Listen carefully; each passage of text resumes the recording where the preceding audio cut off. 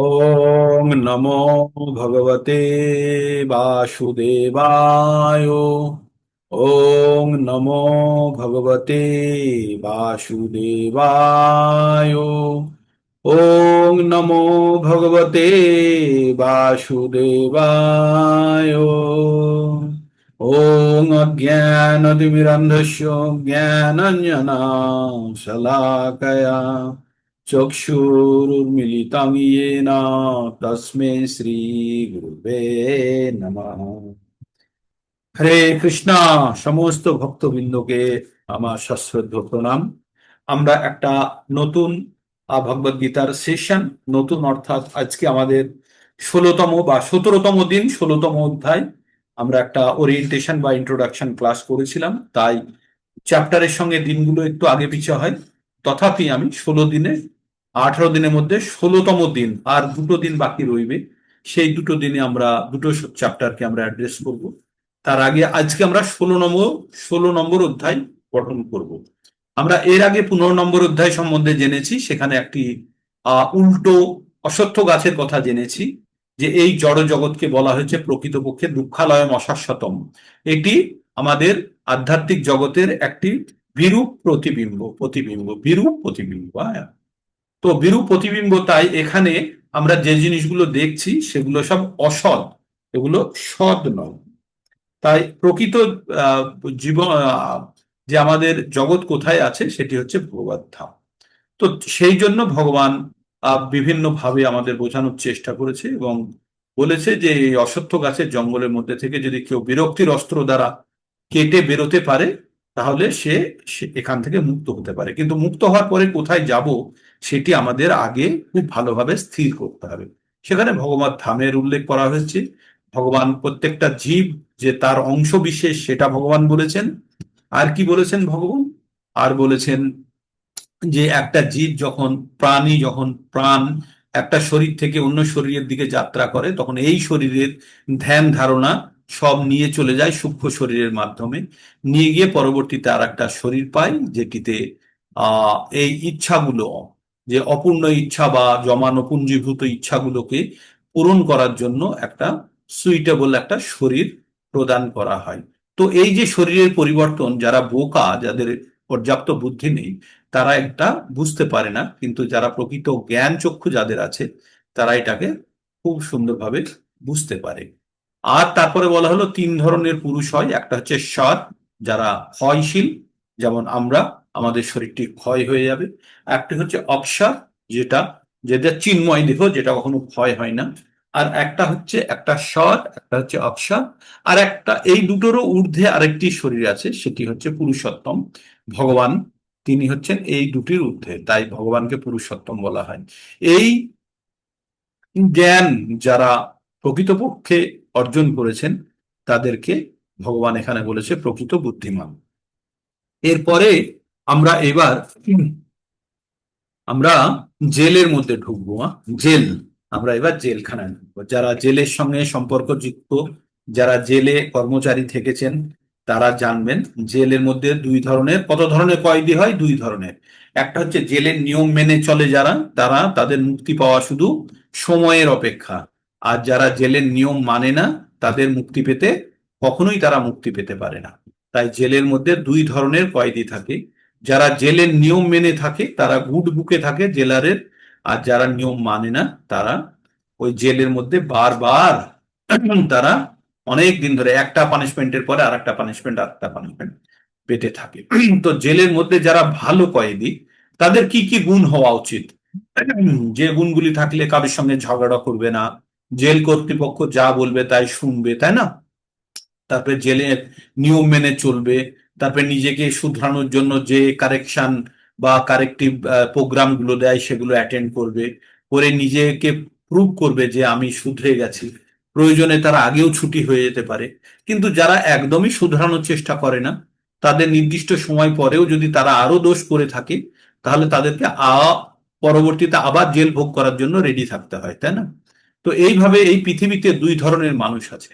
যারা পৃথিবীর নিয়ম মেনে চলে, তারা কি করে, তারা অতি সহজেই এই পৃথিবীকে পৃথিবীর থেকে মুক্ত হতে পারে। এই পৃথিবী একটা জেলখানা, এই জেলের নাম হচ্ছে, এই পৃথিবীটা হচ্ছে একটি জেলখানা। এই জেলের দুর্গ, পৃথিবীটা হচ্ছে দুর্গ একটি, যেখানে আমরা আটকে আছি। আর এই দুর্গের অধীশ্বরী দেবতা হচ্ছে, দেবী হচ্ছে দেবী দুর্গা। হ্যাঁ, এই দেবী দুর্গা ভগবানের বহিরাঙ্গা শক্তি, তিনি এই জড় জগৎটিকে মেনটেন করেন, ঠিক। তো দেবী দুর্গা এখানকার আমাদের জেলার। আর এখান থেকে বেরোতে হলে যদি আমরা জেলের নিয়ম মেনে চলি তাহলে বেরোতে পারবো, না হলে কখনোই এই জেল থেকে বেরোতে পারবো না, বারবার আমাদেরকে এখানে পানিশমেন্ট খেতে হবে।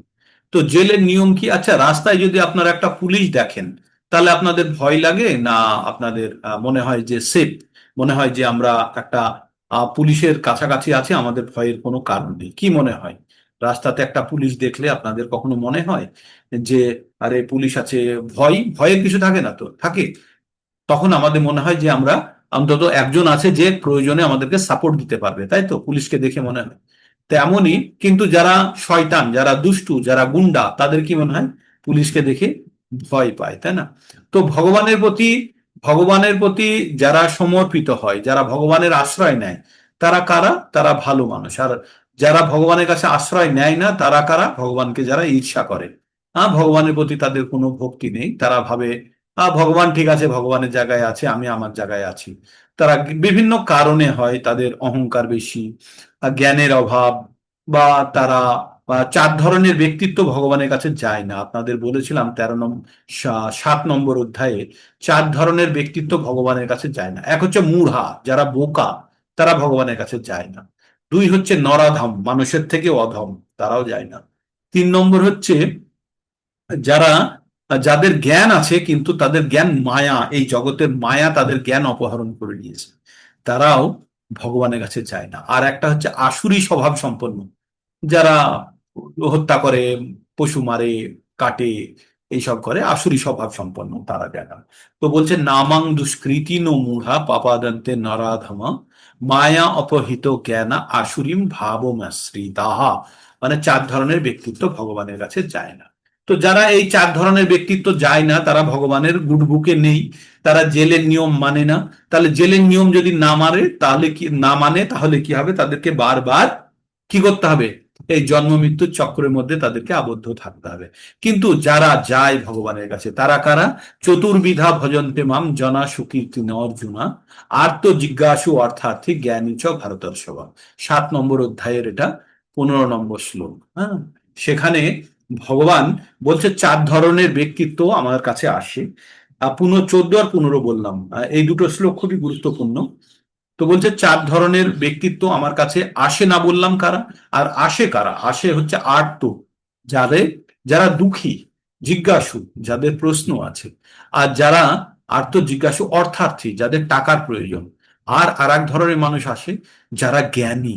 আর ওইদিকে যাদের জ্ঞান অপহরণ করে নিয়েছিল তারা আসেনি, আর এখানে আসছে যারা জ্ঞানী। জ্ঞানীরা সবকিছু জেনে গেছে, সবকিছু জেনেছে, জেনে ভগবানের শরণাগতি লেগেছে। আর এই জ্ঞানীরাই খুব মুক্ত হওয়ার সম্ভাবনা বেশি, কারণ তাদের আর কোনো চাওয়া পাওয়া নেই। না সে টাকার জন্য এসছে, না দুঃখ নিবারণ করতে এসছে, না তার মনে কোনো প্রশ্ন আছে, সবকিছু সে জানে, জেনে ভগবানের শরণাগতি লাভ করছে। তো ভগবান বলেছে এরাই আমার কাছে শ্রেষ্ঠ। তো যারা ভগবানের শ্রেষ্ঠ, তারা কি এই কষ্টের জগতে থাকবে? তারা অনতি বিলম্বে তারা মুক্ত হয়ে যাবে। তাই আমরা এই যে জেলের মধ্যে আছি, জেলের নিয়ম মেনে যদি আমরা খুব ভালোভাবে চলি, জেল কর্তৃপক্ষকে যদি সন্তুষ্ট করে চলি, তাহলে তো আমাদের খুব তাড়াতাড়ি ছুটি হয়ে যাবে, তাই তো? তাই জেলের মধ্যে যারা থাকে আর জেলের ভিতরে যারা আছে, এই কয়েদিদের 2 ধরনের গুণে ভাগ করা হয়েছে। কি কি গুণ? একটি হচ্ছে, এই 2 ধরনের ব্যক্তিকে বলা হয়েছে আসুরি স্বভাব আর দৈবী স্বভাব। কি বলা হয়েছে? আসুরি স্বভাব আর দৈবী স্বভাব। আসুরি স্বভাব মানে যে স্বভাবগুলো অসুরদের দ্বারা থাকে। অসুর মানে হচ্ছে আমাদের এই সমাজে যারা নিয়ম মানে। আর যারা দৈবী স্বভাব যাদের আছে, তারা নিয়ম মানে। তো এইরকম টোটাল আমরা 26টি আর 6টি আমরা গুণ পড়বো। 26টি গুণ মানে হচ্ছে, এই জায়গাটা খুব সুন্দরভাবে একদম টেকনিক্যালি বুঝবেন আপনারা। 26টি গুণ, এই 26টি গুণ হচ্ছে যারা জেলের নিয়ম মানে, তাদের এই 26টি গুণ আছে। আর যারা ওই 6টি গুণ রেখেছি, যারা জেলের নিয়ম মানে না, তাদের জন্য 6টি গুণ। এই 26টি গুণকে আবার 8টা ভাগে ভাগ করেছি। 8টা ভাগ দুটো শ্রেণীতে, একটা হচ্ছে বর্ণ আর একটা হচ্ছে আশ্রম। এই 8টা গুণকে, এই 26টি গুণকে আমরা কিভাবে ভাগ করেছি? বর্ণ আর আশ্রমে। বর্ণ কি? আমাদের সমাজে 4টে বর্ণ আছে, আপনারা জেনেছেন। আমরা 4 নম্বর অধ্যায়ে 13 নম্বর শ্লোকে পড়েছি, চাতুর্বর্ণম মায়া সিস্টেম গুণাকর্ম বিভাগেশ তস্যা কর্তারমপিভম তস্য কর্তা রমাপিভম তস্য কর্তা রমপি মাম বিদ্যা কর্তা রমভয়ম। ভগবান বলছে যে আমি 4টে বর্ণে ভাগ করেছি, যদিও আমি এইগুলোর দ্বারা আমি প্রভাবিত হই না, আমি সৃষ্টি করলেও আমি এর দ্বারা প্রভাবিত হই। তো ভগবান এই যে 4টে বর্ণে ভাগ করেছে, কি কি? ব্রাহ্মণ, ক্ষত্রিয়, বৈশ্য, শূদ্র। কিসের উপরে ভিত্তি করে ভাগ করেছে? একটু আনমিউট করে বলুন, কিসের উপরে ভিত্তি করে ভাগ করেছে? জন্মগত ভাবে না কিসের করে? শ্লোকটা আবার পড়ি। শ্লোকটি এরকম আছে, শুনে নিন। চাতুর্বর্ণ মায়া সিস্টেম গুণাকর্ম বিভাগশ। কিসের উপরে ভিত্তি করে ভাগ করেছে ভগবান? কর্মের গুণের উপর। গুণ, কর্মের, কর্মের উপরে। গুণ আর কর্মের উপরে, কি ধরনের গুণ আছে আর কি ধরনের কর্ম করছে, এইভাবে ভাগ করেছে। হ্যাঁ, কর্মের গুণ নয়, গুণ আর কর্মের উপরে। গুণা কর্ম বিভাগ, গুণ আর কর্মের উপরে। হ্যাঁ, তো যাদের গুণ বেশি আছে তারা সেই ধরনের কর্ম করবে, আর যাদের গুণ কম আছে তারা সেই ধরনের কর্ম করবে। তাহলে এই আমরা দুটো পর্যায়ে ভাগ করলাম, একটা হচ্ছে আশ্রম আর একটা হচ্ছে বর্ণ। এই যে 4টি ভাগ, এটাকে বলছে বর্ণ প্রথা বা বর্ণের বিভাগীকরণ। আপনারা যদি কোনো অফিসে যান বা ব্যাংকে যান, একজন ব্যাংকের ম্যানেজার থাকে দেখেছেন, তারপরে থাকে তার অ্যাসিস্ট্যান্ট থাকে, সিনিয়র ক্লার্ক থাকে, তারপরে আপনার আরো থাকতে থাকতে সিম্পল এক্সিকিউটিভ থাকে, শেষে একটা সিকিউরিটি থাকে বা গ্রুপ ডিউ থাকে যারা জল টল দেয়, থাকে তো বিভিন্ন। এইভাবে এইভাবে বিভাগীকরণ করা হয়েছে। তার মধ্যে একজন প্রভিশনারি অফিসার থাকে, পিও থাকে, যে থাকে। তো এইভাবে বিভাগীকরণ করা থাকে। তাহলে এই বিভাগীকরণটাকে আপনারা বলবেন এটা ভুল? কি বলবেন? ভুল। এটা কিসের উপরে ভিত্তি করে করা হয়েছে? টাইটেলের উপরে না। কিসের উপরে ভিত্তি করে? ওদের মেরিটের উপরে। কাজ কি, কাজটা করবে তার জন্য সেই পরিমাণ বুদ্ধিমত্তা আছে কিনা, সেই বুদ্ধিমত্তা যদি থাকে তাহলে তাকে সেই পদটি দেওয়া হয়েছে। এটাই আমাদের নিয়ম। তাহলে কে ম্যানেজার হবে, কে সিনিয়র এক্সিকিউটিভ হবে, কে এক্সিকিউটিভ হবে, কে অ্যাসিস্ট্যান্ট হবে, হ্যাঁ, এগুলো ডিপেন্ড করছে তাদের বুদ্ধিমত্তার উপরে। ঠিক তেমনই ভগবান এই সমাজকে 4টে ভাগে ভাগ করেছে। তো 4টে ভাগে যখন ভাগ করেছে, কি দিয়ে? ব্রাহ্মণ, ক্ষত্রিয়, বৈশ্য, শূদ্র।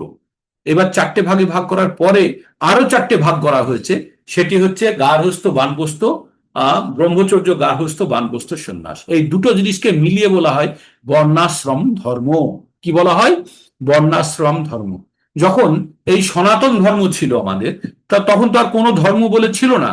তাই আমরা যদি বলি যে হিন্দু ধর্ম, গ্রন্থের মধ্যে কোথাও হিন্দু কথাটি লেখা নেই কেন? হিন্দু হিন্দু হিন্দু ধর্ম বলে লেখা নেই কেন? কারণ অন্য কোনো ধর্মই ছিল না, তাই না? মনে করুন একটা কয়েন আপনাকে দেখাচ্ছে, দুটো কয়েন দেখাচ্ছে। একটা কয়েনের উপরে লেখা আছে যে আহ অশোক, আহ প্রথম অশোক, আর দ্বিতীয়টায় লেখা আছে দ্বিতীয় অশোক। তার মানে দুটো রাজা ছিলেন, একজনের নাম হচ্ছে অশোক 1 আর একজন হচ্ছে অশোক 2। এর মধ্যে কোন কয়েনটি ডুপ্লিকেট বলুন তো?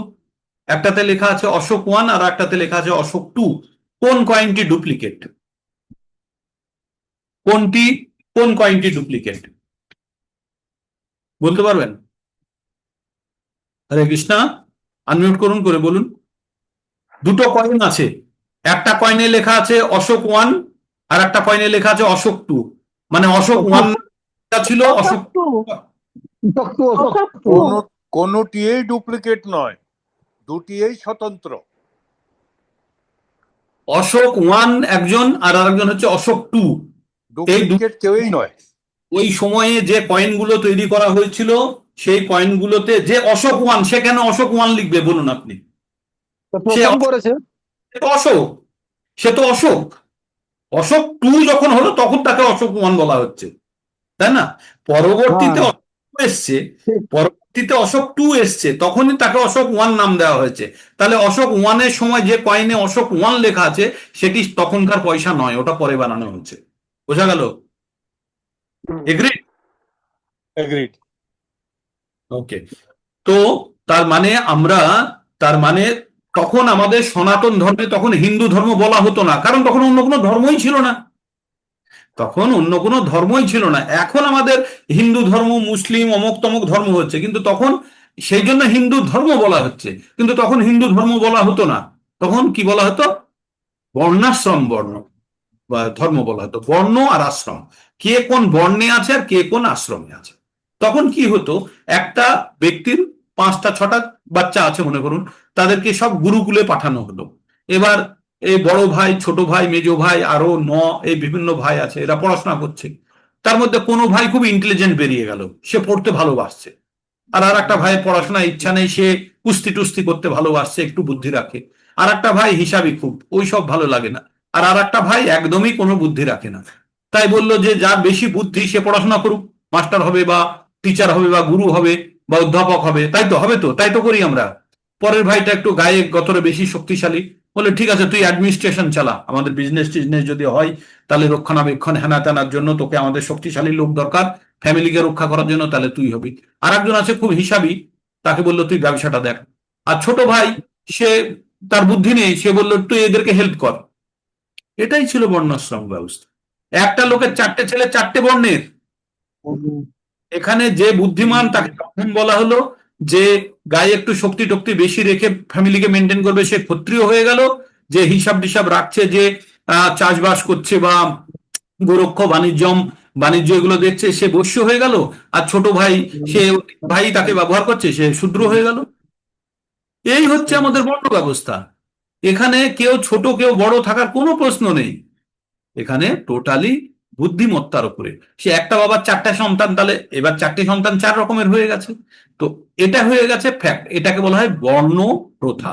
এটা ছিল বর্ণ প্রথা। আর আশ্রম কি, যে একটা ছেলে 20 বছর 25 বছর পর্যন্ত বাড়িতে থাকবে না, সে গুরুকুলে থাকবে, পড়াশোনা করবে, করে সেটা ব্রহ্মচর্য পালন করবে, তারপরে সে বিবাহ করে গার্হস্থ্য জীবন পালন করবে।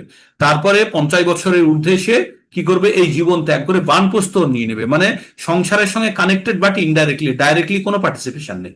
তারপরে ধীরে ধীরে ধীরে সংসারের আসক্তি কমিয়ে সে সংসার ত্যাগ করে সন্ন্যাস ধর্ম গ্রহণ করবে। এটাই ছিল বর্ণ আর আশ্রম প্রথা। তো প্রত্যেকে মুক্ত হবে, প্রত্যেকেই মুক্ত হতে পারতো। কিন্তু এখন কি হয়েছে, আমরা মৃত্যুর আগের দিন পর্যন্ত আমরা লড়াই করে যাই যে কিভাবে অর্থ উপার্জন করব, আর আমাদের যতখানি ক্ষমতা আছে ক্ষমতাটাকে ব্যবহার করব। ঠিক এই কথাগুলোই এখন আমরা পড়ব শ্লোকের মাধ্যমে। ঠিক আছে, তো আপনাদের তাহলে আমি প্রথম শ্লোকটা শুরু করি, না হলে আপনাদের মনে হচ্ছে কিছু এগোচ্ছে না। অনেকটা এগিয়ে গেছি আমরা, অনেকখানি আপনাদের বলে দিয়েছি। আর একবার এবার আমি চার্ট হিসাবে দেখাবো আপনাদেরকে। 16 অধ্যায়, এই অধ্যায়ের নাম হচ্ছে দৈব আসুর সম্পদ, দৈবাসুর সম্পদ বিভাগ যোগ। মানে দৈব মানে হচ্ছে দেবতা গুণ বিশিষ্ট, আর দৈব গুণ বিশিষ্ট, আর আসুর, আসুর মানে হচ্ছে অসুরের গুণ বিশিষ্ট। এই যে 26টা 6টা গুণের কথা এখন আমরা পড়ব। ঠিক, শ্রী ভগবান উবাচ অভয়ং সত্য সংশুদ্ধি জ্ঞান যোগ ব্যবস্থিতি দানং দমশ্চ যজ্ঞশ্চ সাধ্যায়ন তপ আর্জবম অহিংসা সত্যম ক্রোধস ত্যাগ শান্তির পরশুনম দয়াভূতেষু লোলুপত্তম মার্দবম হ্রিচাপলম তেজো ক্ষমাধিতি শৌচ শৌচম অদ্রোহ নাতি মানিতা ভবন্তি সম্পদম দৈবং ভবন্তি সম্পদং দৈবী দৈবীম অভিজাতস্য ভারত। তার মানে এখানে কতগুলো গুণের কথা বলা হয়েছে, এখানে প্রায় 26টা গুণ, 26টা গুণের কথা বলা হবে। টোটাল এখানে কতগুলো বলেছে, এখানে হয়তো 26টা গুণে দেখি কতগুলো বলেছে। অভয়ং, আবার শ্লোকটি শুনুন।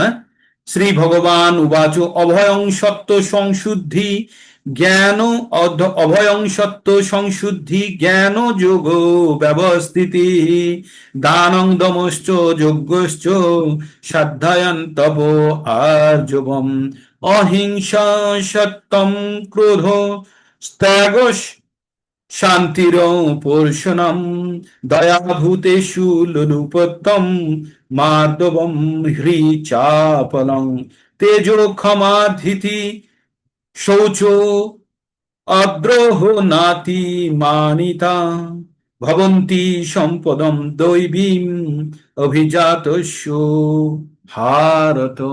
বলছে এগুলো সব দৈবী সম্পদ। কি দৈবী সম্পদ? অভয়ং, মানে ভয় না থাকা, সেটি একটি কাদের সম্পদ? এগুলো দৈবী সম্পদ। এগুলো হচ্ছে দৈবী গুণ। কি?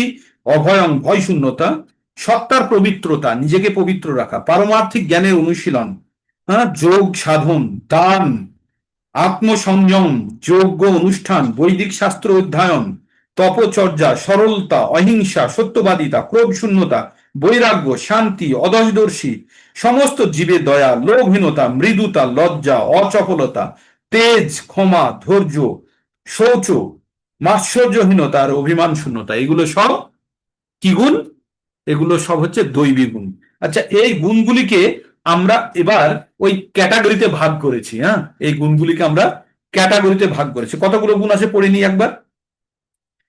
ভয় শূন্যতা 1, 2, 3, 4, 5, 6, 7, 8, 9, 10, 11, 12, 13, 14, 15, 16, 17, 18, 19, 20, 21, 22, 23, 24, 25, 26। এই 26টি গুণ আছে। ঠিক, এই গুণকে আমরা দুটো ভাগে ভাগ করব, একটা হচ্ছে আশ্রম অনুযায়ী আর একটা হচ্ছে বর্ণ অনুযায়ী। বর্ণ যখন হবে ব্রাহ্মণ, ক্ষত্রিয়, বৈশ্য, শূদ্র, তাহলে বর্ণ অনুযায়ী 18টি গুণ আছে। কতগুলি আছে? বর্ণ অনুযায়ী 18টি গুণ। আর আমরা আশ্রম অনুযায়ী থাকবে 8টি। তাহলে 18 আর 8টি 26টি গুণকে আমরা ভাগ করেছি। হ্যাঁ, তাহলে আপনাদেরকে আমি দেখাই এই 26টা গুণ কিভাবে আপনারা দেখতে পাবেন। সবাই বাংলা বুঝতে পারেন? বাংলা পড়তে পারবেন তো নাকি? যারা পারবেন না তাদের জন্য আমি মুখে বলে দেবো। হ্যাঁ, এই যে এই গুণগুলোর কথা আপনারা দেখতে পাচ্ছেন, কিছু দেখা যাচ্ছে? যারা বাংলা পড়তে পারেন না তাদের জন্য আমি মুখে বলবো, একটু শুনে নেবেন। আর তারা যদি চান আমার কাছে ইংরাজি পিডিএফ আছে, আমি সেটা শেয়ার করে দিতে পারি। হ্যাঁ, কোনো অসুবিধা নেই। তো আপনারা দেখতে পাচ্ছেন কিছু? একটা একটা চার্ট হ্যাঁ মতো প্রভু, আচ্ছা, হ্যাঁ দেখা যাচ্ছে। এইখানে প্রথমে লেখা আছে অভয়ং, আত্মসংশুদ্ধি, আধ্যাত্মিক জ্ঞানের অনুশীলন, দান, আত্মসংযম, যোগ, যোগ্য হবে এটা, যোগ্য, বৈদিক শাস্ত্র অধ্যয়ন, তপস্যা, সরলতা, অহিংসা, সত্যবাদিতা, ক্রোধ শূন্যতা, বৈরাগ্য, শান্তি, অদর্শদর্শী, দয়া, লোভহীনতা, মৃদুতা, লজ্জা, অচপলতা, তেজ, ক্ষমা, ধৈর্য, সৌর্য, ঈর্ষান্বিত না হওয়ার, অভিমান শূন্যতা। এইগুলো হচ্ছে টোটাল 26টা। এবার 26টাকে আমরা 18টা আর 8টাতে ভাগ করব। এই 18টার মধ্যে 12টা গুণ হচ্ছে ব্রাহ্মণের। এই 12টা যখন গুণ থাকবে তাহলে সে ব্রাহ্মণ শ্রেণীতে। তার প্রথম গুণ কি? সরলতা। সরলতা মানে তার হৃদয়টা আর বাইরেটা একই রকম। হ্যাঁ, সরলতা ব্রাহ্মণের গুণ হচ্ছে কি? সরলতা। সরল যখন হবে তখন কি হবে? সে ভিতরটার বাইরেটা একরকম থাকবে। মানে আপনি কাঁচের বাক্সর মধ্যে কাউকে দেখছেন, ঠিক আছে? কাঁচের বাক্সর মধ্যে দেখছেন, তখন কাঁচের বাক্সর মধ্যে যেটা আছে সেটাই আপনি দেখতে পাচ্ছেন। তার মানে ব্রাহ্মণ যখন হতে হবে তার হৃদয় আর বাইরে, সে ভিতরে একরকম আর বাইরে মুহ মে রাম আর বগল মে ছুরি নেই। ও মুখেও যা বলে ভিতরেও তাই। ঠিক। অহিংসা, সে কাউকে হত্যা করে না বা কারোর প্রতি তার হিংসা ভাব নেই। সত্যবাদিতা, কখনো মিথ্যা কথা বলে না। কে? ব্রাহ্মণ। সংকল্প, তার সংকল্প আছে। ধৈর্য, বৈরাগ্য, কোনো জিনিসের প্রতি আসক্তি নেই। অদর্শদর্শী, অন্যের মধ্যে দোষ খোঁজে না। শান্তিপ্রিয় তারা, দয়া আছে তাদের মধ্যে। লোভহীনতা, তাদের লোভ নেই। মৃদুতা, তারা রূঢ় কথা বলতে জানে না। আর ক্রোধ শূন্যতা, এগুলো হচ্ছে ব্রাহ্মণের গুণ। তাহলে ব্রাহ্মণের 12টা গুণ কি হলো? সরলতা, অহিংসা, সত্যবাদিতা, সংকল্প, ধৈর্য, বৈরাগ্য, অন্যের দোষ না দেখা মানে পিএনপিসি করে না, তারপরে শান্তি, দয়া, লোভহীনতা, মৃদুতা, ক্রোধ শূন্যতা। এগুলো হলো কার গুণ? ব্রাহ্মণের গুণ 12টি। এবার ক্ষত্রিয়র গুণ কি থাকতে হবে? তেজ। ক্ষত্রিয়র মধ্যে তেজ থাকতে হবে। ক্ষমা করা, তারা ক্ষমাও করতে জানে। ক্ষত্রিয় ক্ষমাও করতে পারে। আর দৃঢ়তা, ডিটারমিনেশন, তাদের মধ্যে ওই দৃঢ়তার সংকল্প অনেকটা একই রকম। তাদের মধ্যে দৃঢ়তা থাকবে, তারা সহজে বেন্ড হবে না, তারা মৃত্যুর আগে পর্যন্ত লড়ে যাবে। বৈশ্য, বৈশ্যর মধ্যে দুটো গুণ থাকতেই হবে। কি কি? ঈর্ষান্বিত না হওয়া, অন্যের দেখে ঈর্ষান্বিত না হওয়া, আর পবিত্রতা, শৌচতা মেনটেন করবে তারা। আর শূদ্রর কি? অভিমান শূন্যতা, মানে অন্যের থেকে ও কখনো মান আশা করবে না। ঠিক। এই এই টোটাল এই গুণগুলোকে বলা হয় দৈবী সম্পদ। এগুলোকে কি বলা হচ্ছে? দৈবী সম্পদ। এই যে 18টি গুণ, এগুলো হলো বর্ণ অনুসারে ভাগ করা হলো এই গুণগুলি। ঠিক। এইবার আমরা চলে যাব আশ্রম অনুযায়ী গুণগুলি কি। আশ্রম অনুযায়ী হচ্ছে সন্ন্যাসীর মধ্যে কি গুণ থাকতে হবে? অভয়ং। সন্ন্যাসীর কোনো ভয় থাকবে না মনের মধ্যে, কারণ সে ভগবানের উপরে সম্পূর্ণভাবে ঈশ্বরের উপরে নির্ভরশীল, তাই তার কোনো ভয় নেই। আত্মসংশুদ্ধি, তারা নিজেদেরকে পবিত্র রাখে। আধ্যাত্মিক জ্ঞানের অনুশীলন, আর তারা কি করে? আধ্যাত্মিক জ্ঞানের অনুশীলন করে। গৃহস্থ, গৃহস্থ কি করে? দান করবে, আত্মসংযম আর যজ্ঞ করবে। গৃহস্থ কি করবে? এখানে আমরা কতগুলো গুণ পড়বো? 1 2 3 4 5 6 7 আর 8, 8টা গুণ পড়বো। আমরা আগে পড়েছি 18টি, এখন পড়ছি 8টি। 8টার মধ্যে সন্ন্যাসীর কাছে 3টে, গৃহস্থর কাছে আছে 2টো, 3টে। গৃহস্থের কাছে 3টে আর সন্ন্যাসীর কাছে 3টে। সন্ন্যাসীর গৃহস্থ কি দান করবে? টাকা কার কাছে থাকে? সন্ন্যাসীর কাছে থাকে? থাকে না। ব্রহ্মচারীর কাছে থাকে? থাকে না। কার কাছে থাকে টাকাটা? গৃহস্থর কাছে থাকে, তাই সে দান করবে। আর তার আত্মসংযম থাকবে, সে টাকা আছে বলে যা খুশি তাই করবো তা নয়। আর কি? সে যজ্ঞ করবে, যজ্ঞের জন্য যত প্রয়োজনীয় জিনিসগুলো সব করবে। আর ব্রাণপ্রস্থ, তার কাছে কিছুই নেই, সে কি করবে? তপস্যা করবে। সে কি করবে? তপস্যা করবে। আর ব্রহ্মচর্য, যে সে কি করবে? যে ব্রহ্মচর্য পালন করে সে কি করবে? সে সে কি করবে? সে বৈদিক বৈদিক শাস্ত্র অধ্যয়ন। বৈদিক শাস্ত্র অধ্যয়ন করবে। সে বৈদিক শাস্ত্র অধ্যয়ন করবে। তো ব্রহ্মচারীর কাছে কিছুই তো নেই, শুধু পড়াশোনা করবে। তখন কি করবে? সে ব্রহ্মচর্য পালন করবে, সে বৈদিক শাস্ত্র অধ্যয়ন করে। যে গৃহস্থ, সে দান, আত্মসংযম, যজ্ঞ করবে, বানপ্রস্থ করবে, তপস্যা। আর যে সন্ন্যাসী হবে তার মনের মধ্যে কোনো ভয় নেই, সে নিজেকে পবিত্র রাখবে আর আধ্যাত্মিক জ্ঞানের অনুশীলন করবে। বাস, এই হলো আপনার এই 26টা গুণ আমরা ভাগ করলাম। কিভাবে? এইভাবে 4টে বর্ণে আর 4টে আশ্রমে। ঠিক, তাহলে আপনারা গুণগুলো আর ওই যে আমি একসঙ্গে পড়ে দিলাম দুটো শ্লোক একসঙ্গে, আপনাদের কোনো কষ্ট হলো না, তাহলে এখানে পেয়ে গেলেন। আর যারা বাংলা বুঝতে পারেন কিন্তু লিখতে পারেন না, যারা পড়তে পারেন, তাদের জন্য ব্রাহ্মণের সরলতা, অহিংসা, সত্য, দৃঢ় সংকল্প, ধৈর্য, বৈরাগ্য আর অবধিতা, শান্তি, দয়া, অপবিগ্রহ, अपरिग्रह और नमता, क्रोध का अभाव, क्षत्रिय का वीरता, क्षमा, दृढ़ता, और वैश्य का है ईर्ष्या ना करना, शुचिता, शूद्र का है क्या? अमान, अभिमान का अभाव। और आश्रम के अनुसार सन्यासी क्या है? निर्भयता है, आत्मसंशुद्धि है, आध्यात्मिक ज्ञान का अभ्यास।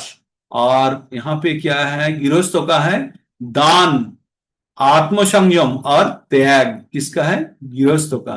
वानप्रस्थों क्या करेंगे? वानप्रस्थों का है तपस्या। और ब्रह्मचर्य का क्या है? वैदिक शास्त्रों का अध्ययन। इसका हिंदी एवं अंग्रेजी में भी है। If you want I can share this chart. Okay, ये शेयर कर देंगे ग्रुप में, ठीक है? तो এবার তাহলে আমরা হরে কৃষ্ণা, বলুন প্রভু, হিমাদ্রি প্রভু। আচ্ছা, তো এটা হচ্ছে সকলকে কভার করার জন্য বাংলা, হিন্দি এবং ইংরেজিতে আছে। আমরা বাংলা জিনিসটা দিয়ে এগোচ্ছি, তাই আমরা এখানে বাংলায় লেখা আছে। ঠিক, তাহলে আমরা এখানে বুঝতে পারলাম। তাহলে প্রথমে আমরা কি বুঝলাম? যে দৈবী সম্পদ হচ্ছে কতগুলো? 26টা গুণ। এই 26টা গুণকে আমরা দুটো পর্যায়ে ভাগ করেছি, একটি হচ্ছে বর্ণ আর একটি হচ্ছে আশ্রম। বর্ণকে ভাগ করেছি 18টিতে, আর আশ্রমকে ভাগ করেছি আমরা কতগুলোতে? আশ্রমকে ভাগ করেছি আমরা 8টিতে। বর্ণের মধ্যে হচ্ছে 12টি গুণ হচ্ছে ব্রাহ্মণের, আর 3টে গুণ হচ্ছে ক্ষত্রিয়র, আর 2টো গুণ হচ্ছে বৈশ্যর, আর 1টি গুণ হচ্ছে শূদ্রর। এইভাবে হয়ে গেল 18টি। আর আশ্রমের মধ্যে সন্ন্যাসীর হচ্ছে 3টে, গৃহস্থের হচ্ছে 3টে, আর বানপ্রস্থের আর ব্রহ্মচর্যের হচ্ছে 1টা করে। তাহলে 8টা আর 18টা, 26টা গুণ হয়ে গেল। তাহলে কত সুন্দরভাবে আপনারা বিভাগীকরণ বুঝে দিলেন, বোঝা গেল তো? এইবার চলুন, এবার আবার পুস্তকে যাই। 1 থেকে 3 নম্বর শ্লোক পর্যন্ত আমরা এটা পড়েছি। এইবার এইটা শোনার পরে এবার শ্লোকটা শুনুন, বুঝতে পারবেন।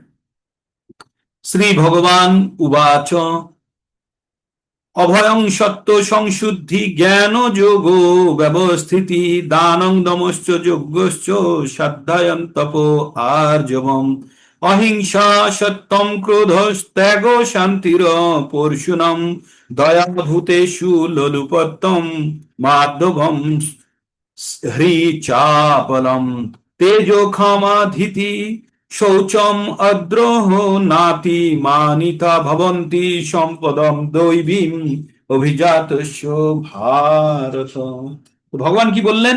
বললেন, হে ভারত, দিব্য ভাব সমন্বিত ব্যক্তিদের মধ্যে ভয় শূন্যতা, সত্তার পবিত্রতা, পারমার্থিক জ্ঞানের অনুশীলন, যোগ সাধন, দান, আত্মসংযম, যজ্ঞ অনুষ্ঠান, বৈদিক শাস্ত্র অধ্যয়ন, তপচর্যা, সরলতা, অহিংসা, সত্যবাদিতা, ক্রোধ শূন্যতা, বৈরাগ্য, শান্তি, অদয়দর্শী, সমস্ত দিব্যের প্রতি দয়া, লোভহীনতা, মৃদু, লজ্জা, অচপলতা, তেজ, ক্ষমা, ধৈর্য, শৌচ, মাৎসর্যহীনতা এবং অভিশূন্য ও অভিমান শূন্যতা। আমরা ওইখানে আলাদা আলাদা করে বলেছি, এখানে সব একসঙ্গে বলেছে, ঠিক আছে, বোঝা গেল?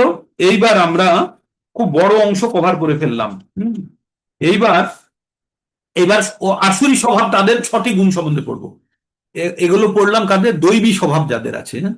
আর এবার আসুরি স্বভাব যারা আমাদের সমাজে এখন বেশিরভাগ লোকই, আপনাদের এই 26টা গুণের মধ্যে কতগুলো গুণ আছে আপনারা মিলিয়ে নিয়েছেন তো? কতগুলো গুণ আপনাদের কাছে আছে? আমি সব টাস্ক দেব পরবর্তীতে, যারা কানেক্টেড থাকবেন তাদেরকে টাস্ক দেব আয়না দেখার জন্য কে কি গুণ নিয়ে ঘুরে বেড়াচ্ছেন। এইবার আমরা চলে যাব আসুরি স্বভাবের গুণগুলো পড়ার জন্য। দম্ভ, দর্প, অভিমানশ্চ, ক্রোধ, পারুষ্যমেব চ, অজ্ঞানং চ অভিজাতস্য পার্থ সম্পদ আসুরিম। কি বললেন? দম্ভ, দর্প, অভিমান, ক্রোধ, 4টে কথা। দম্ভ, দর্প, অভিমান ও ক্রোধ, পারুষ্য, পারুষ্য মানে কঠোরতা, আর অজ্ঞান, জ্ঞানের অভাব। তাহলে এই 4টে কথা, দম্ভ, দর্প, অভিমান, রূঢ়তা আর অজ্ঞান, এই 4টে জিনিসকে কিভাবে, দম্ভ কাকে বলে? দম্ভ, দর্প, দম্ভ মানে আপনার নেই, আপনার নেই, আপনি নাটক করে যাচ্ছেন। আপনার কাছে 100 টাকা নেই, ভাব দেখাচ্ছেন আপনার কাছে 100 টাকা আছে, ওটাকে বলছে দম্ভ। যে জিনিসটা নেই সেটার জন্য আপনি নাটক করছেন, সেটা দেখানোর চেষ্টা করছেন, সেটা হচ্ছে দম্ভ, ঠিক? দর্প কি? দর্প হচ্ছে আমার কাছে 10 টাকা আছে, আমি বলছি 100 টাকা আছে, বুঝতে পারলেন? আমার কাছে আছে কিছু, কিন্তু সেটাকে ফুলিয়ে ফাঁপিয়ে বলছি, সেটা হচ্ছে দর্প। দম্ভ, দম্ভের কাছে কিছুই নেই, তবুও সে মিথ্যে ধরে বসে আছে, আমি জানি। আর দর্প মানে কিছুটা জানে, তবুও সে বলছে আমি পুরোটা জানি। বোঝা গেল দম্ভ আর দর্পের মধ্যে পার্থক্য? দম্ভ কথার অর্থ হচ্ছে তার কাছে নেই, তবুও নাটক করছে আমার কাছে আছে, মানে বন্দুকে তার গুলি নেই, ভাব দেখাচ্ছে আমার কাছে বন্দুকে গুলি আছে। আর যে দর্প, তার কাছে আছে কম রাউন্ডস আছে, কিন্তু বলছে না আমার কাছে 2000 রাউন্ড আছে, এটা হচ্ছে দর্প। আর অভিমান মানে অন্যের কাছ থেকে মান পাওয়ার ইচ্ছা, যে সবাই আমার স্তুতি করবে, সবাই আমাকে ভালো ভালো বলবে, সবাই আমার সম্মান করবে, এটাকে বলছে অভিমান। আর ক্রোধ, তাহলে আমরা কি জানলাম? দম্ভ, দর্প, অভিমান আর ক্রোধ। ক্রোধ মানে হচ্ছে আমরা জানি রাগ বা হিংসা করার প্রবণতা যেটা তৈরি হয়। আর পারুষ্য মানে কঠোরতা, নরম ভাবে কথা বলতে জানে না, আর কঠিন ভাবে কথা বলে, ওই কথাটা সহজ ভাবে বলা যেত তবুও। আর অজ্ঞান, জ্ঞানের অভাব। এই গুণগুলি হচ্ছে কাদের? আসুরি স্বভাব ব্যক্তিদের। নিজেকে একবার মিলিয়ে নিন। দম্ভ, দর্প, অভিমান, ক্রোধ, পারুষ্য, আর কি থাকলো? আর হচ্ছে অজ্ঞান। এই 6টি গুণ হচ্ছে কাদের? এগুলো হচ্ছে আসুরি স্বভাব ব্যক্তিদের।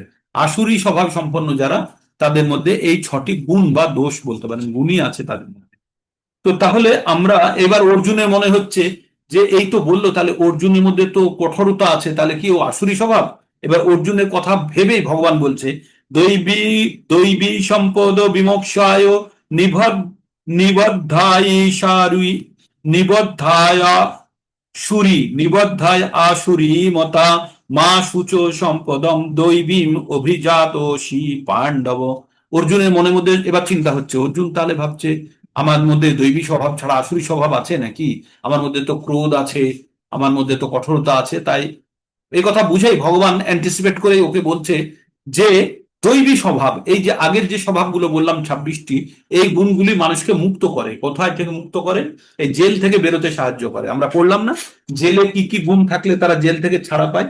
তাহলে এই গুণগুলি আমাদের মুক্তি প্রদান করে। কোথায়? এই জড় জগৎ থেকে আমাদের দৈবী স্বভাবগুলো আমাদেরকে মুক্তি প্রদান করতে পারে। কিন্তু আসুরি স্বভাবগুলো কি? নিবদ্ধায়, বন্ধনকারী, এগুলো বেঁধে রাখে। কিন্তু তুমি অর্জুন, তুমি চিন্তা করো না, তুমি তো পাণ্ডুর ছেলে, তুমি তো দৈবী সম্পদ নিয়ে জন্মগ্রহণ করেছিল, তুমি তা নিয়ে চিন্তা করো না। তাই বললো দৈবী সম্পদ মুক্তির অনুকূল, আর আসুরি সম্পদ বন্ধনের কারণ বলে বিবেচিত। হে পাণ্ডব, তুমি শোক করো না, কারণ তুমি দৈবী সম্পদ সহযোগে জন্মগ্রহণ করেছো, ঠিক? তারপরে এইবার বলছে এবার বলছে, ভগবান বলছে দৌ ভূত স্বর্গ লোকে অস্মিন দৈব অসুর এবচ দৈব বিস্তারস প্রোক্ত আসুরং প্রাপ্ত মে শুনু। ভগবান বললেন এই পৃথিবীতে দুই ধরনের ব্যক্তিত্ব, দুই ধরনের কোয়ালিটির লোক আছে, একটা হচ্ছে আসুরি স্বভাবের, একটা হচ্ছে দৈবী স্বভাবের। আসুরি স্বভাবের ব্যক্তিদের জন্য মোটামুটি বলেছি, এই দৈবী স্বভাবের ব্যক্তিদের জন্য মোটামুটি বিস্তারে বলেছি। এইবার তুমি আসুরি স্বভাবের লোকেদের গুণগুলো শুনুন। এইবার আপনারা শুনতে থাকুন আসুরি ব্যক্তিদের গুণগুলো কি। প্রবৃত্তিং চ নিবৃত্তিং চ প্রবৃত্তিং চ নিবৃত্তিং চ জনানা বিদুর সুরা না শৌচং না পিচাচারো না সত্যং তেষু বিদ্যতে। বললো প্রবৃত্তি, প্রবৃত্তি মানে খারাপ কাজ করার, মানে ভালো জিনিসের প্রতি আসক্তি নেই আর খারাপ জিনিসের প্রতি বিরক্তি নেই। প্রবৃত্তি মানে হচ্ছে ধর্মের পথে আসক্তিটাকে বলছে প্রবৃত্তি, ভালো জিনিসের প্রতি আসক্তিকে বলছে প্রবৃত্তি, আর খারাপ জিনিসের থেকে না ছাড়ার যে ইচ্ছা সেটাকে বলছে নিবৃত্তি। বুঝতে পেরেছেন? তাই বলছে প্রবৃত্তিং চ নিবৃত্তিং চ জনা না বিদুরা সুরা না শৌচং না পিচাচারো না চ তেষু না সত্যম তেষু বিদ্যতে। বলছে আসুরি স্বভাব বিশিষ্ট ব্যক্তিরা ধর্ম সম্বন্ধে পবিত্র নয়, তারা ধর্মের কথা শুনতে চায় না, তারা ওই স্প্ল্যানেডে দাঁড়িয়ে মাংস খেয়ে তারা প্রতিবাদ জানায়, সেকুলার হওয়া দেখায়, বড় লয়ার। ঠিক আছে? তাই কি বলছে, আসুরি স্বভাব ব্যক্তিরা ধর্মের সম্বন্ধে পবিত্র নয় এবং অধর্ম বিষয়েও তারা নিবৃত্ত হতে জানে না। তারা ধর্মের ব্যাপারে তো যায়ই না, কিন্তু অধর্মের ব্যাপারেও যুক্ত থাকে। তাই বলছে ধর্মের ব্যাপারে পবিত্র হতে জানে না আর অধর্মের ব্যাপারে নিবৃত্ত হতে জানে না। তাদের মধ্যে আর কি নেই? তাদের মধ্যে শৌচতা নেই, তাদের মধ্যে সদাচার নেই, আর কি নেই? সততা নেই তাদের মধ্যে। তাহলে আসুরি স্বভাব লোকেদের মধ্যে কি কি থাকলো না? সততা থাকলো না, সদাচার থাকলো না, শৌচতা থাকলো না, তারপরে প্রবৃত্তি, তারা ধর্মের দিকে আসক্তি নেই, আবার অধর্মের থেকেও তারা বিরক্ত নেই, তার দিকে আছে। এইবার তারা কি বলছে, আসুরি স্বভাব ব্যক্তিরা কি বলছে? অসত্যম প্রতিষ্ঠন্তে জগদ্দাসু জগদ্দাহুর নিঃসারম অপরস্পরম সম্ভূতম কিম্মত কিমন্নত কাম হইতুকম। বললেন অসত্যম প্রতিষ্ঠন্তে জগদ্দাহুর নিঃসারম অপর অপরস্পরম সম্ভূতম কিম কিমন্নত কাম হৈতিকম। বলছে এই পৃথিবীতে ঈশ্বর ফিশ্বর বলে কিছু নেই। কি বলছে? ঈশ্বর ফিশ্বর বলে কিছু নেই, এই জগৎ মিথ্যা, অবলম্বনহীন। এখানে ঈশ্বর বলে কিছু নেই। পারস্পরিক কাম বশত একটা পুরুষের সঙ্গে একটা নারীর সম্পর্কের ফলে জীব উৎপন্ন হয়েছে, এসব ঈশ্বর টিশ্বর কিছু হয় না। কারা বলে? আসুরি স্বভাব ব্যক্তিরা। আসুরি স্বভাব ব্যক্তিরা বলে এই জগৎ মিথ্যা, কেউ একে তৈরি করেনি, কেউ কারো অবলম্বন নেই, এটা এমনি আছে, এমনি তৈরি হয়েছে। এখানে কামের প্রভাবে একজন আরেকজনের সঙ্গে যুক্ত হয়ে সন্তান উৎপন্ন করে এই জগৎকে সৃষ্টি করেছে, ঈশ্বর টিশ্বর কিছু হয় না। কাম ছাড়া এখানে আর অন্য কোনো কারণ নেই। তারা বলে এখানে যত পারো ভোগ করে নাও, এটাই জীবন। ঠিক, এটা গেল প্রথম স্টেটমেন্ট। তারপরে বলছে এতাং দৃষ্টিম বষ্টভ্য নষ্ট আত্মন অল্প বুদ্ধয় প্রভাবন্ত গ্রাহ কর্মান প্রভাবন্ত উগ্র কর্মান ক্ষয়ায় জগত হিতা। বললে এই প্রকার সিদ্ধান্ত অবলম্বন করে অজ্ঞান, অতত্ত্ব, আত্মতত্ত্বহীন, অল্প বুদ্ধি সম্পন্ন, উগ্র কর্মা, অনিষ্টকারী আসুরেরা জগৎ ধ্বংসকারী কার্যে প্রভাব বিস্তার করে। তাহলে আসুরি স্বভাব সম্পন্ন ব্যক্তিদের কি? আত্মতত্ত্ব জ্ঞানহীন, তারা নিজেকেই চেনে না ঠিকভাবে, অল্প বুদ্ধি সম্পন্ন, তাদের বুদ্ধির অভাব, উগ্র কর্ম, তারা এই লড়াই মারামারি ঝগড়াঝাটি, অনিষ্টকারী, তারা কারো ভালো করে না সবসময়, আর জগৎ ধ্বংসকারী কাজে প্রভাব বিস্তার করে। আর যখন তখন বলে পারমাণবিক বোম ফেলে পৃথিবীকে নষ্ট করে দেবো। এইসব আসুরি ভাব সম্পন্ন ব্যক্তি। তাদের আর কি বলছে? কামশ্রিতা দুষ্পরম দম্ভ মানো দান্বিতা মোহাত গৃহী তাস মোহাত গৃহী ত্বাস দগ্রাহান প্রবর্তন্তে হে শুচিব্রতা। কি বলছে? কামমাশ্রিত দুষ্পুরম দম্ভমান মদান্বিতা মোহাত গৃহীত্বা সদ্গ্রাহান প্রবর্তন্তে শুচিব্রতা। বলছে আসুরিক গুণ সমন্বিত ব্যক্তিরা কি করে? দুষ্পূরণীয় মানে যেটাকে পূরণ করা যাবে না কামকে আশ্রয় করে দম্ভ ও মানের দ্বারা মদমত্ত হয়ে অসুচি কাজে ব্রত হয় আর মোহবশত অসৎ বিষয়ে প্রবৃত্ত হয়। বর্তমানে আপনারা বুঝতে পারছেন এটা কাদের গুণ? রাজনৈতিক নেতাদের গুণগুলো এগুলো আছে।